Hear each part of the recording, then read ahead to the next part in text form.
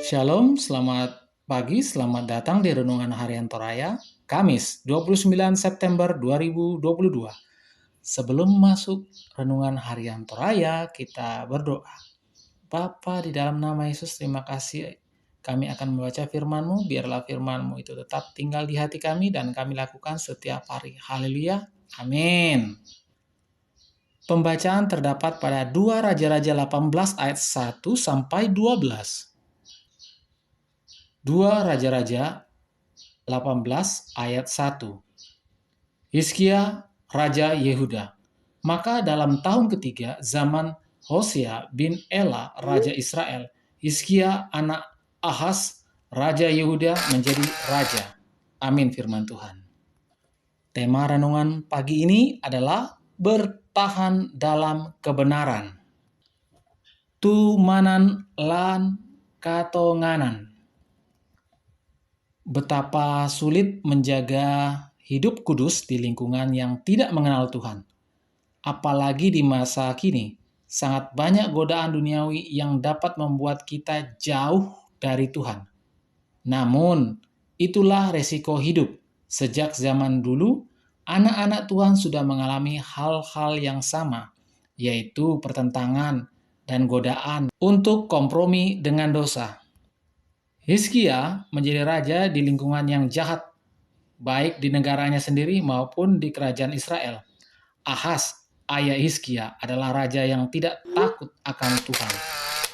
Pada masa pemerintahannya, Yehuda menyembah berhala. Israel benar-benar berdosa besar terhadap Allah. Karena itu, mereka harus menerima hukuman yang dahsyat. Mau tidak mau, kita sebagai orang percaya yang juga disebut gereja harus sadar bahwa kita berada dalam dunia yang syarat dengan gejolak dan menghadapi berbagai godaan duniawi yang sangat gampang menjatuhkan iman kita. Oleh karena itu, sebagai orang percaya, kita harus menunjukkan sikap dan prinsip iman yang benar sebagai pengikut Yesus. Pertahankan hidup kudus memang sangat sulit, apalagi ketika orang terkesan mengolok-olok kita karena cara hidup kudus yang kita pertahankan. Ingat bahwa Tuhan akan menyertai kita seperti Dia menyertai Hizkia. Mungkin akan ada saat-saat di mana kita akan diperhadapkan dengan situasi sulit sehingga harus memilih apakah kita bertahan dalam kebenaran atau menjadi serupa dengan dunia.